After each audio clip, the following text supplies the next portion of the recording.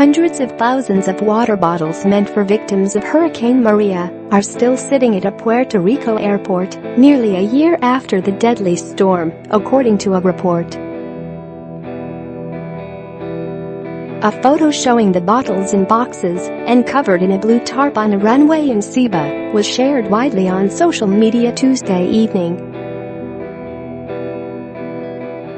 Although you don't believe it, almost 1 million boxes of water that were never delivered to the villages, posted Abdio Santana, a photographer working for a Puerto Rican state police agency who took the pictures.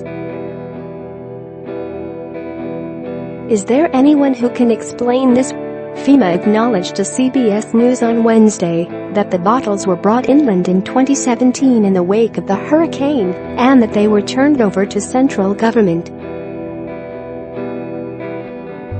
It is unclear where the breakdown that caused the bottles to never be distributed was caused.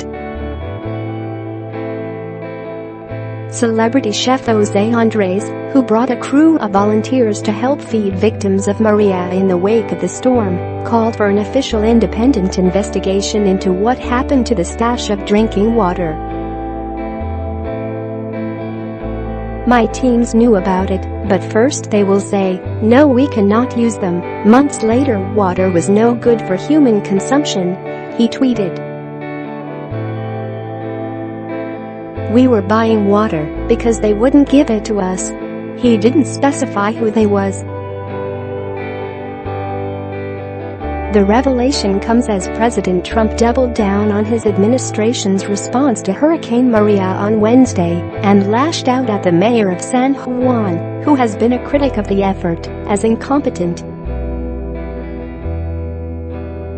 The president raised eyebrows Tuesday when he touted the response efforts in a meeting to go over preparations for the potentially devastating Hurricane Florence inching toward the Carolinas.